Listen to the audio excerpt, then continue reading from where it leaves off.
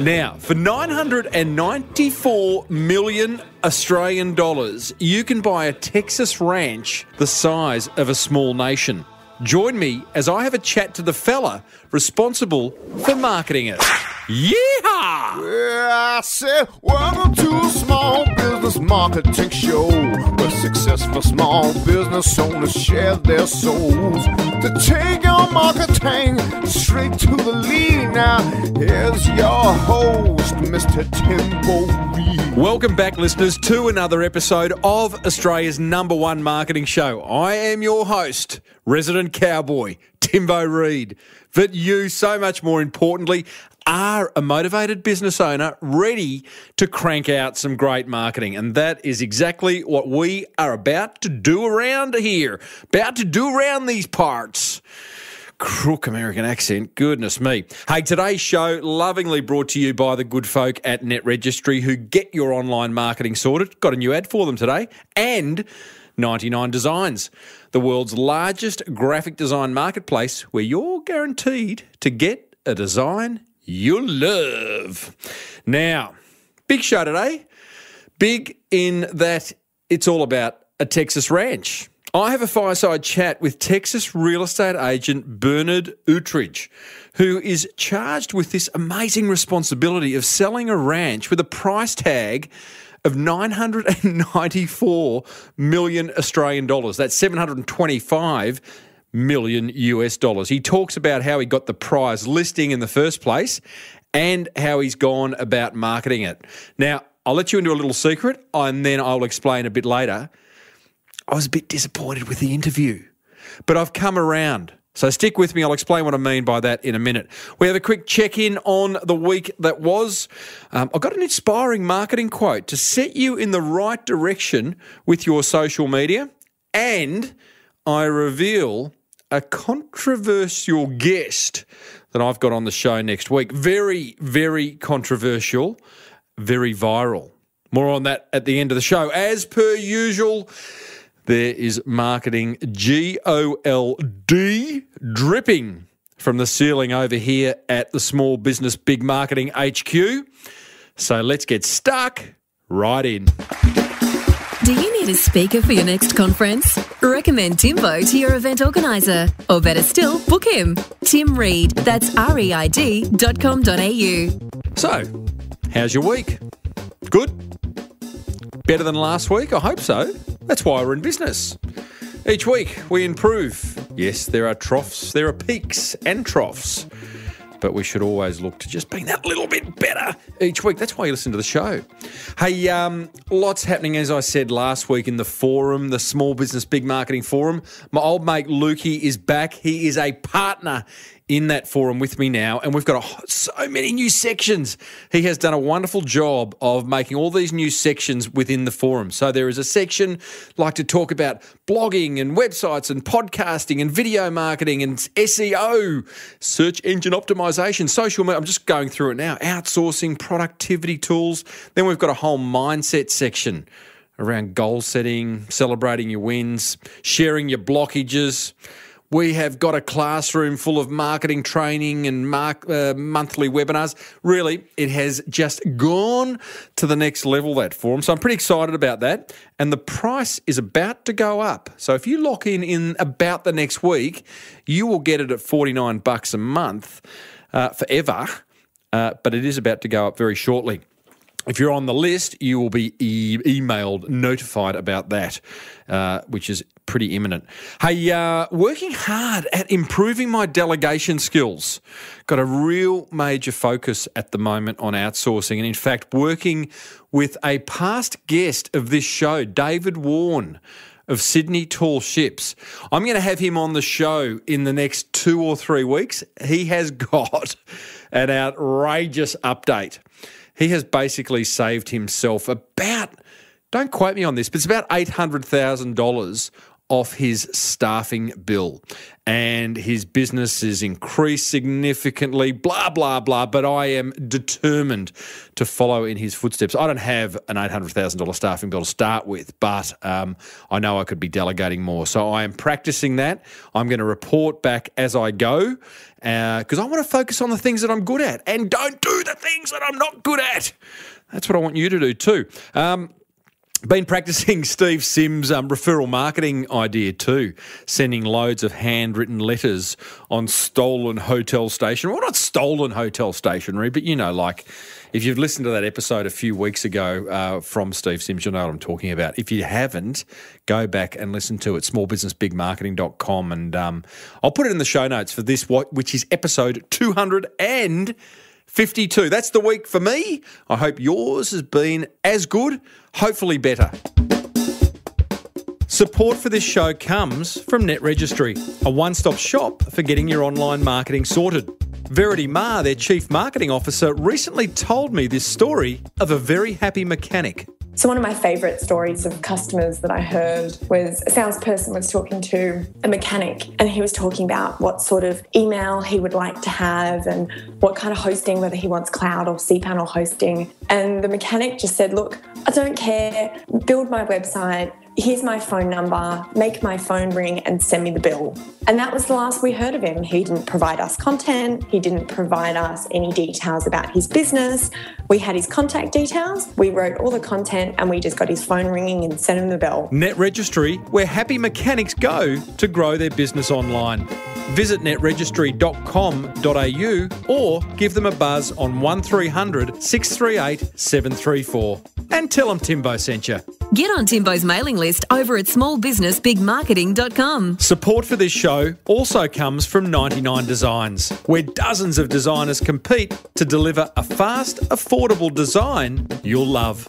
I got talking to their head honcho, Patrick Llewellyn, who described the excitement small business owners feel when using the service.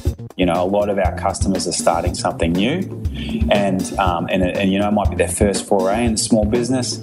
And, you know, getting your logo design, your brand identity started is kind of the first thing that you do that's really tangible, you know, and it's something you can start to show off to your friends and say, hey, I've finally done it. 99 Designs, a place to show off to your friends. For a free $99 upgrade on your first design, visit 99designs.com/SBBM. Righto, let's get stuck into today's guest. Bernard Utridge is his name. He is a big-time Texas real estate agent with a very, very colourful career. Now, as I said at the top of the show, I was a bit disappointed with this interview, and I've been reflecting on it in the days since I've done it. Given this guy is selling a ranch for $725 million US, I guess I was expecting some marketing magic about how he got the listing and about how he's going about selling something with a big price tag. And I finished the interview annoyed that I didn't get that little nugget. But there is a nugget there, and I'm going to share my top 3 learnings with you after the interview. But I'd love to know what the nugget is that you get if you get one, because I'm still like, oh, gee, I wish there was just something I could have grabbed hold on that Bernard shared. You'll know what I mean. I know I'm sort of talking a little bit cryptically, but you'll know what I mean once you've had a listen to this fireside chat. Let me tell you about Bernard. As I said, he's actually a Melbourne guy. Not a Melbourne guy, an Australian guy who's now over in Texas. He's an accomplished polo player. He's sold homes of the rich and infamous in Beverly Hills and surrounding areas. He talks about that. He's now working for Texas realtor Briggs Freeman Sotheby's. That's a big name, isn't it? And is responsible for selling the Wagner Ranch for that price tag I've previously said. Let me explain to you the Wagner Ranch. Okay, this is some copy I took from an article online about the Wagner Ranch, and it sums it up brilliantly. And let me just say where I got the article from. It's from Bloomberg Business, and the introduction to the selling of the ranch is this. The Wagner Ranch, the largest ranch in the US within a single fence. Texas fixer-upperer with more than 1,000 oil wells, 6,800 head of cattle, 500 quarter horses, 30,000 acres of cropland, tombstones for legendary cowboys, long dead dogs, and a horse buried standing up. Favourite of Will Rogers and Teddy Roosevelt. Colourful history of drinking and divorce. 15-minute drive to ribeyes at the Rusty Spur in Vernon. Geez, they must be good. Love a good ribeye. Ideal for Saudi oil sheiks, billionaire hedge funders, and dot-commers who can tell a cow from a steer. Profitable, zero debt, property taxes only, $800,000 a year. Price, $994 million Australian. Gotta love it. So, now Bernard is an Australian by birth and he grew up on a plantation in Papua New Guinea. He now lives in Texas. So I started off by asking Bernard what took him to America in the first place. I left Papua New Guinea in the late 80s, 88, 89, and I originally was travelling around the world and I was going to meet a mate of mine in Greece, and I got to America and didn't get past go. I flew into Kentucky, fell in love with it, fell in love with a girl there, fell in love with the horses there, started playing polo, and 25 years later, here I am, married, 4 kids, and have been really lucky. Let's talk your real estate background. You've got an amazing history there. I understand that prior to moving to Texas, you spent some time in Beverly Hills selling some pretty interesting homes, including Jose and Kitty Mendez, who were murdered by their 2 sons. What was the selling pitch on that one?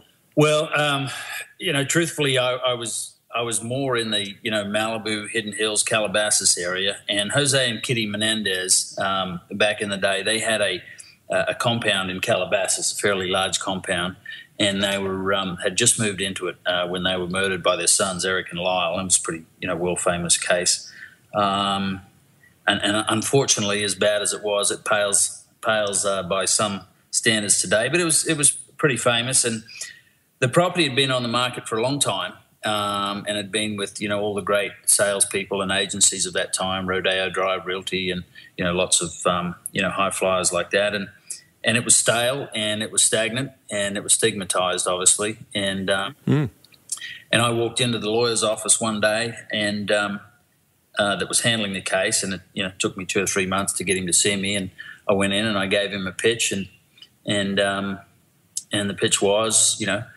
I want a no holds barred way to sell the property, and I'm going to do this, and this, and if you have any problems with it, let me know now. And he stood up, and there was a whiteboard behind him, and he said, and he wrote on the board, just sell it, do what you got to do. And that was it.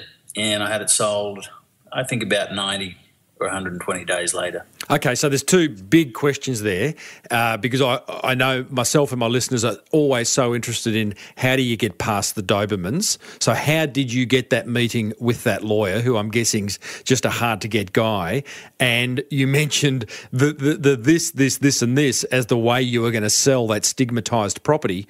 What were those points? Well, to get past the Dobermans, as you say, it was just constant calling, and there was no email in those days, so it was faxing, and sending packages and just sort of barraging the guy until he agreed to see me. You weared him down. Yeah, I wore him out, and the accent didn't hurt, and it was, a different approach, and that's always been a little bit of an advantage for me over here, probably more of an advantage than a disadvantage. Americans generally like Australians, and the door is more often open than it is closed because of your passport and your accent. And so I've been really fortunate in that regard. And then with regard to the, how I went about marketing it, look, it was a long time ago, but I know it went something like, I want to put out press releases that say, that the estate must be sold to fund the law case, that the lawyers want their money, et cetera, put the smell of a bargain in the air, and I want to be able to say that if I don't get an offer by X date, then I'm going to auction it. And auctioning it in this country has a different connotation than it does in Australia. Most properties in Australia are always, when they go on the market, they're up for auction. There's a bid date, and everybody comes by and generally speaking, and bids on the property. Over here, it's a lot different. You put the property on the market, you market it conventionally, you put it in the multiple listing service, all of those things. Auction is not a huge way of selling property over here, and usually, signals that, the end is near and there's blood in the water. But Bernie, you say the smell of a bargain kind of overcame the stigma of a house that people were murdered in. Is that really what happened? I mean, who ended up buying it, and did they just not care about what had happened previously? The family that ended up buying it, I ultimately became great friends with, and really, in fact, partners for 25 years. No. Yeah, as luck would have it, and they're great people. But generally, when that sale started a career for me in stigmatised properties, or properties, as we say in the business over here, have hair on them, bankruptcies, litigation, divorce, estate division, probates, things like that. And that's really what I built my career on. That was kind of the mainstay of the core of my career. I mean, I've done a lot of other things. I've done, developing but what you generally have to do with a property that is stigmatized for whatever reason, it may have been on the market for a long time at too high a price, or, whatever the reason is for it not selling or it not being sold, you have to re-level the playing field. You have to be 180 degrees different from anything that was tried before. You have to give it a fresh appeal and create some new angles. You have to campaign that property so that, from a marketing standpoint, so that you're opening up, new avenues, new ideas, and widening your centric circle of buying clients. It's a common theme on this show the past few weeks, and a theme that I love, which is challenging the conventions of the category. The old saying, you do what you've always done, you'll get what you've always got. Sure. So, and there's such courage in flipping things 180 degrees, isn't there? Well, I don't know about courage. There's certainly a lot of fear involved, and in my case, fear of failure. And that goes back to a guy that... Well, that's courage. Well, yeah, I guess it is. You have to summon it, like the proverbial lion. But, fear of failure is a great motivator. When you are born and raised the way I was, and, I went to the 10th grade at the Southport School, and I did a year out at Longreach Ag College, and neither of which really prepared me for America and what I would eventually do. But so I have always come from a place where I haven't been highly educated. I've had to create my own path. And, if you've got the pressures of wife and kids and survival, and you've got to put food on the table, you figure it out pretty quick. Love it. Bernie, I do want to get to Wagner Ranch, but there is, I think I'm fascinated by this whole stigmatised thing, but also the fact that working in Malibu and Beverly Hills, or that part of LA, you must have worked with some very high maintenance clients, I'm guessing. I did, and I have. And you continue to. And from time to time, I continue to. I work with a lot of celebrities, both in front of the camera and behind the camera, as we say over here. Lawyers, managers, talent people, that sort of thing, and a lot of stars. I've worked with, Lloyd Bridges and Beau Bridges and their families. Any number of them. Howie Mandel's happens to be a friend of mine, and also a past client. So let's define high maintenance. To me, is that they make it hard for you. What does it mean to you, and how do you manage someone who is high maintenance? Well, let me clear something up. None of those people that I mentioned are high maintenance. Yeah, gotcha. They're great people, great families. But I have worked with some high maintenance people. Give us an example. What makes them high maintenance? Well, Dr. Laura Schlesinger, high-flying radio personality, the Dr. Laura Show. Great lady, but, highly charged, very challenging, and a neighbour, and ultimately became a friend and a client. But, a must-do and a must-do-it-now kind of situation. And very often people that either have a lot of money or come into a lot of money quickly aren't always really that well-versed in real estate. and in the buying and selling and generally, transacting real estate. And so there's a lot of hand-holding, a lot of coaching. And in my early days, I would sell what most people in Australia would call mansions, whether it was in Hollywood or Beverly Hills or, on the beach in Malibu or in Calabasas, Hidden Hills, that sort of thing. And, they were generally a very high-maintenance clientele, lots of wealthy housewives and people like that, wanted to have the house that was just that much better than the next person. Do you ever have to pull them aside and say, look, I'm going to get you, because at the end of the day, they want the best price. They want to sell their house, they want the best price. But their high maintenance is getting in the way of you doing that. Have you ever had to tap them on the shoulder and say, hey, listen, I'm here to do the best thing by you, but boy, oh boy, are you making it hard, champ? Well, in my younger days, I didn't have that many of those conversations, but I had some. And, I used to bring a lot of people into real estate and teach people, the art of selling and marketing and all that kind of thing. And I would tell people and take my own advice that the best revenge you can get on a bad client is to actually get the transaction done, whether they're a seller that doesn't want to sell or are making it hard, or whether they're a buyer that's, trying to grind a seller. The best way to stop taking them around in the car and putting up with them is to get them in a deal, and close the deal. You're a gentleman. You'd never have those conversations. Get on with the business. I've definitely been called other things, but... Love it. Well, the accent, they'd excuse you for the accent. Oh, he's from down under, We'll excuse him. Hey, now listen, let's talk Wagoner.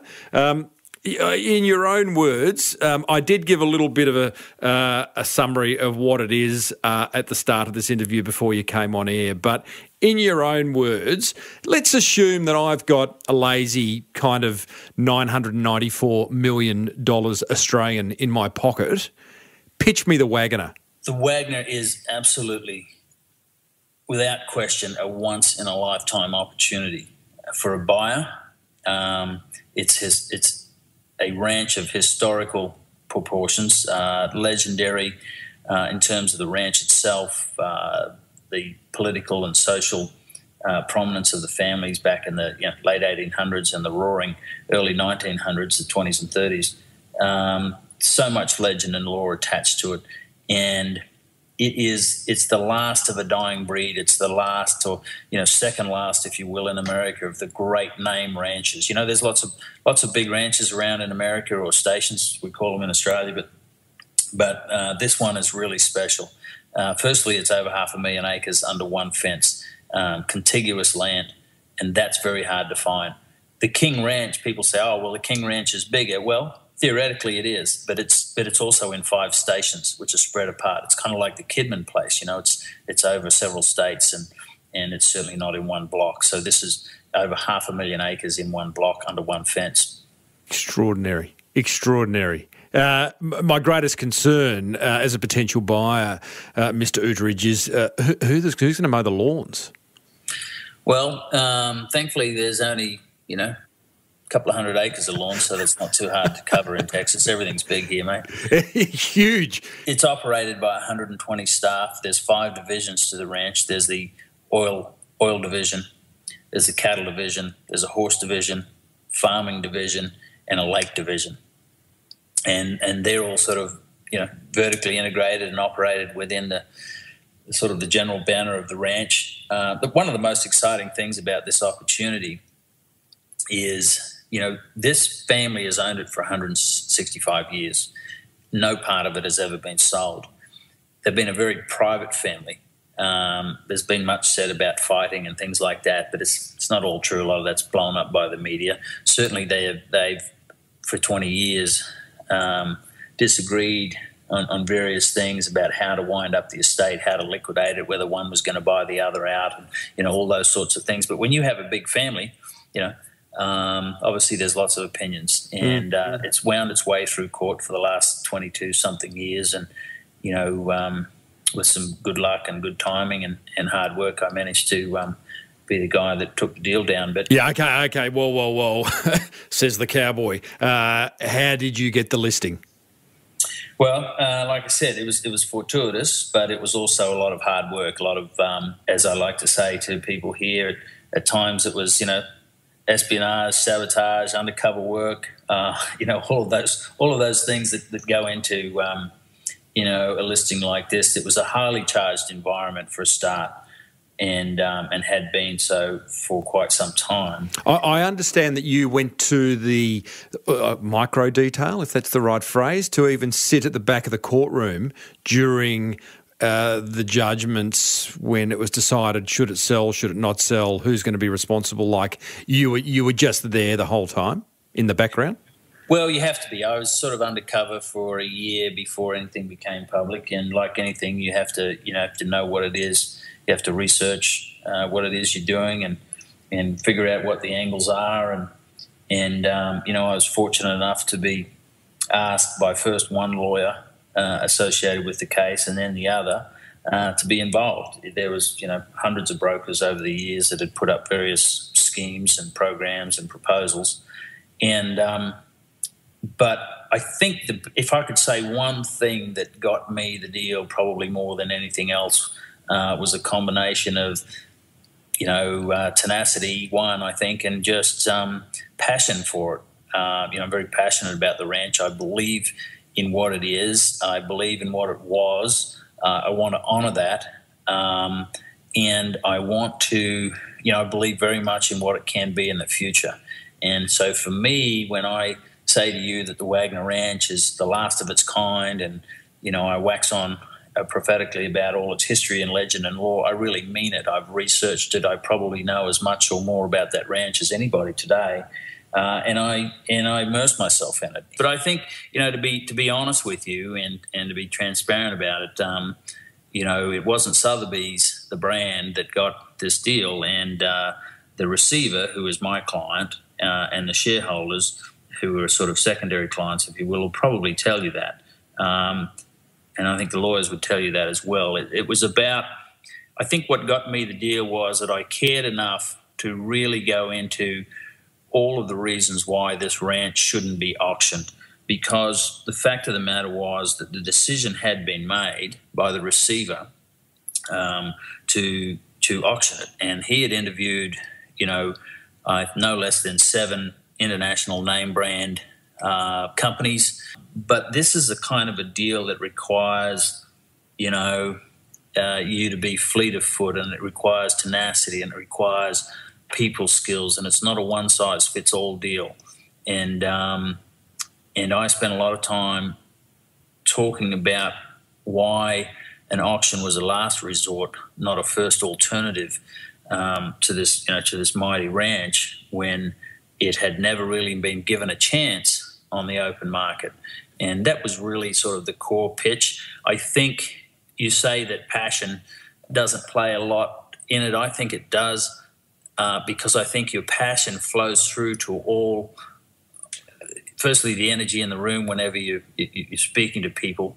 And if you're really knowledgeable about the product and you're knowledgeable about, you're talking to a room full of shareholders and family people and lawyers who've been immersed in this case for 22 years, and you can answer questions about the chronology and the development of the property and when houses and compounds were built and who by and things like that on the ranch, a lot of the answers that they probably wouldn't have known themselves, I think that comes through.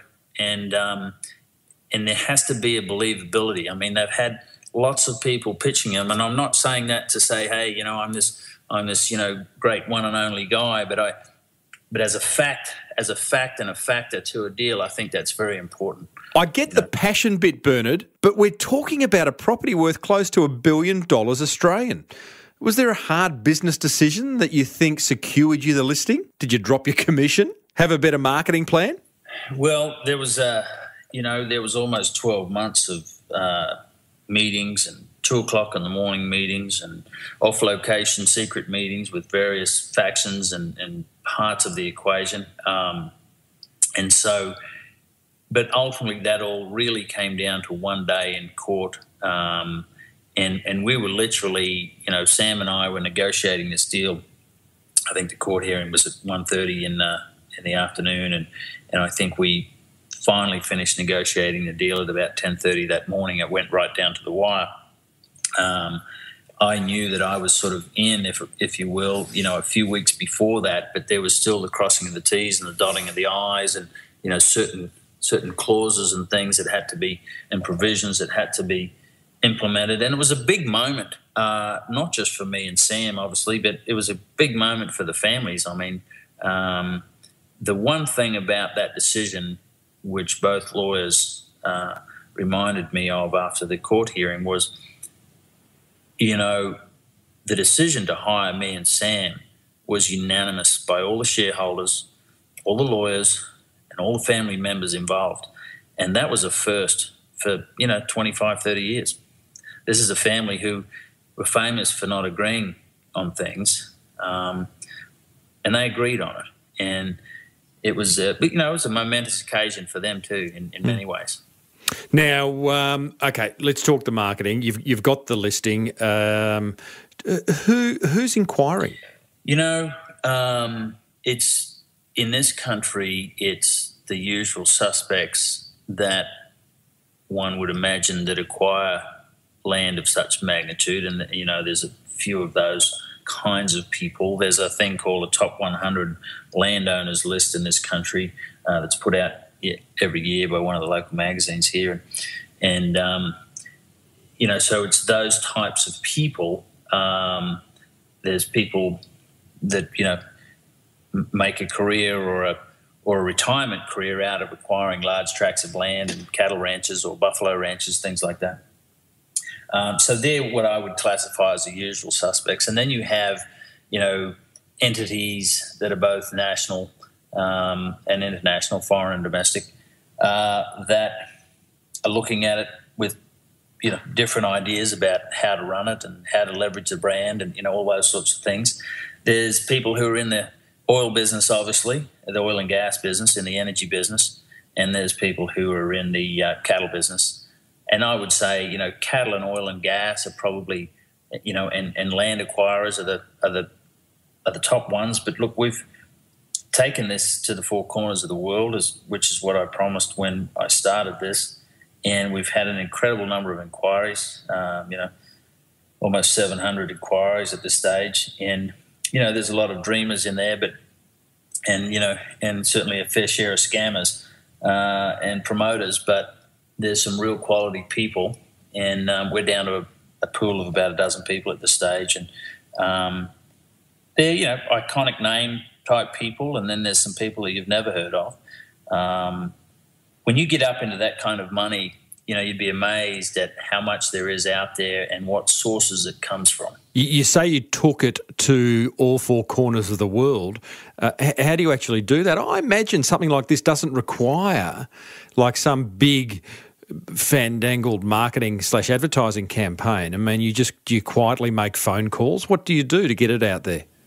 It's a series of things. Firstly, with the Sotheby's International Realty Network, there's, I think it's in 60 countries. There's 16,000 agents around the world.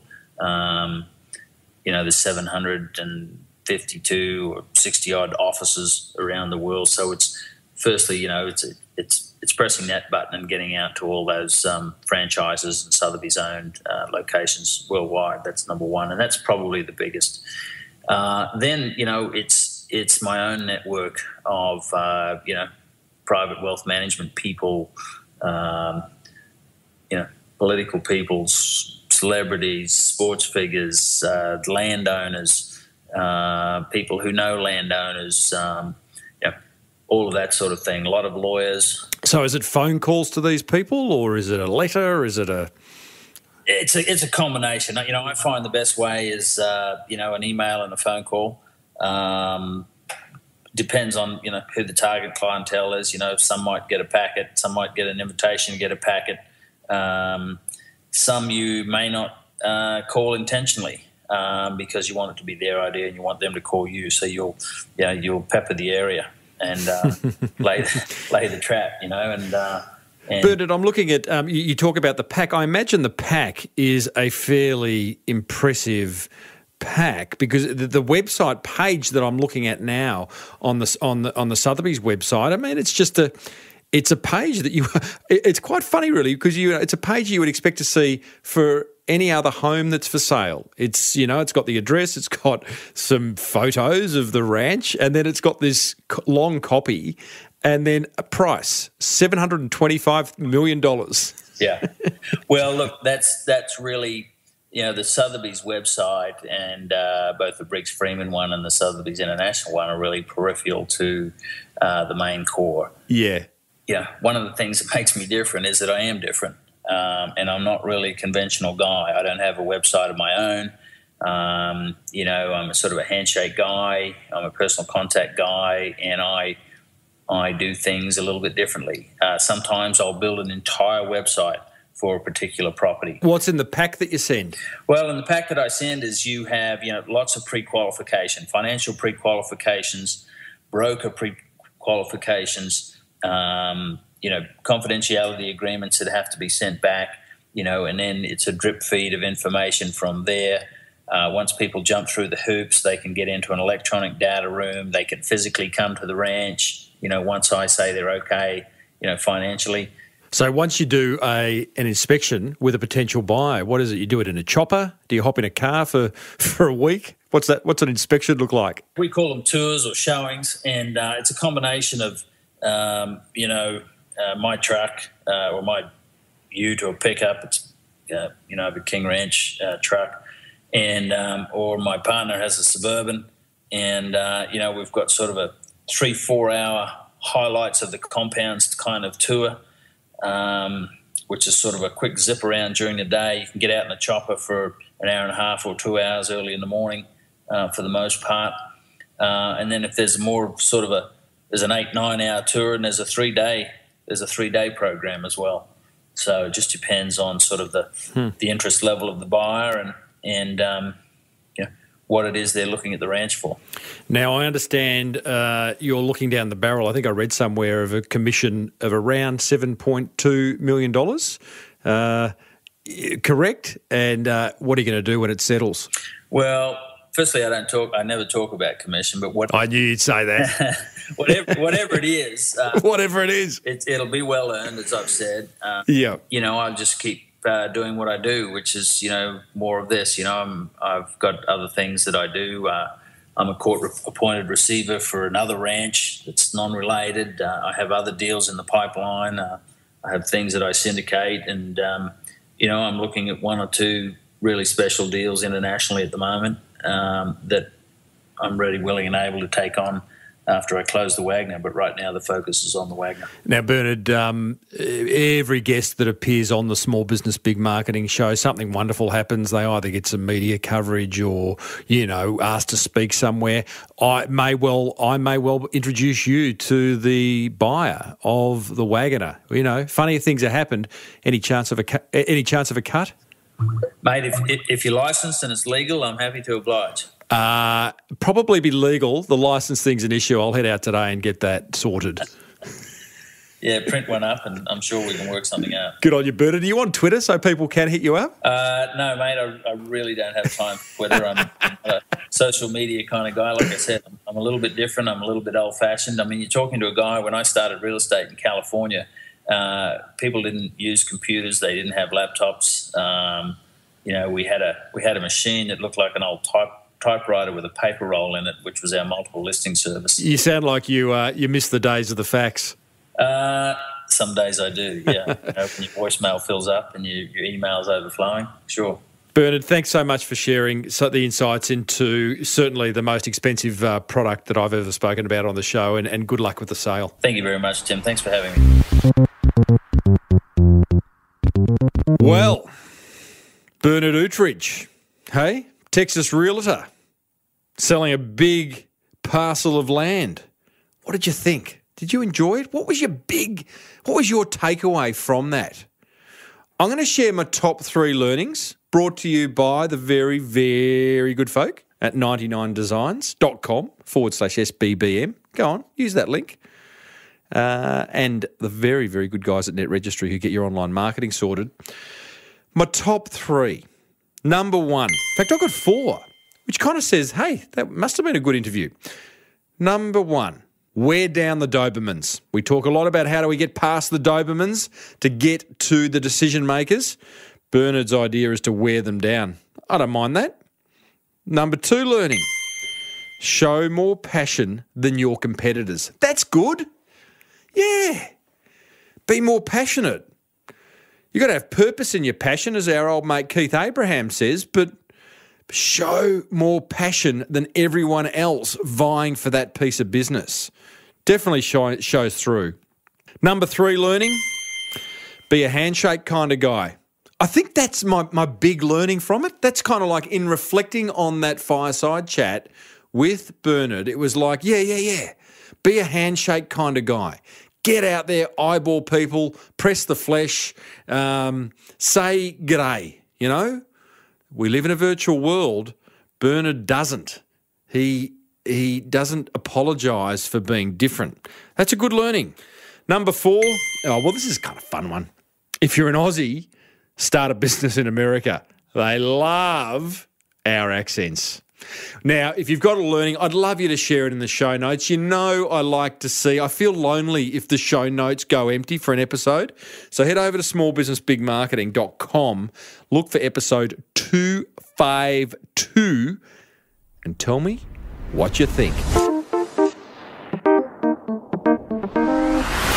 Eric Qualman once said, successful businesses using social media function more like entertainment companies, publishers, or party planners than as traditional advertisers.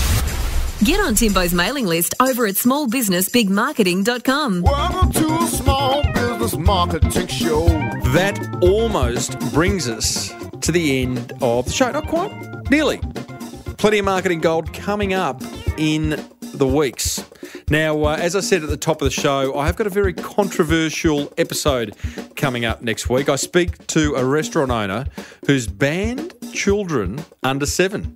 Yeah, very controversial. He's copped a bit of a whooping from some sectors of the community, but he has been booked out ever since. So we're going to talk to him about that. I've got the founders of Mountain Goat Brewery joining us soon, plus a fellow who's trying to save the world one tree at a time. I'm also putting together an episode, this is a bit of fun, in which I contact the sales managers of unusual advertising mediums and get them to convince me that I need to use them. You and I need to use them. You know, like skywriting, back of toilet doors, you know, all those wacky kind of places that people advertise. You think, really? Does that work?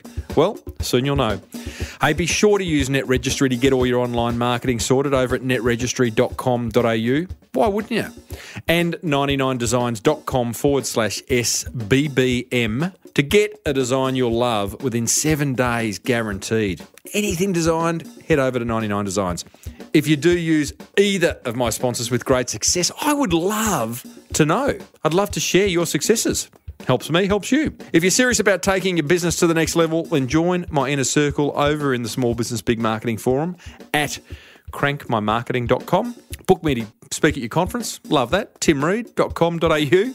Enough gratuitous self-promotion. It's time to get out of here. It's time to do some work. It's time to grow that beautiful, beautiful business that is yours. Until next week, I'm Timbo Reid. May your marketing be the best marketing. Yeehaw.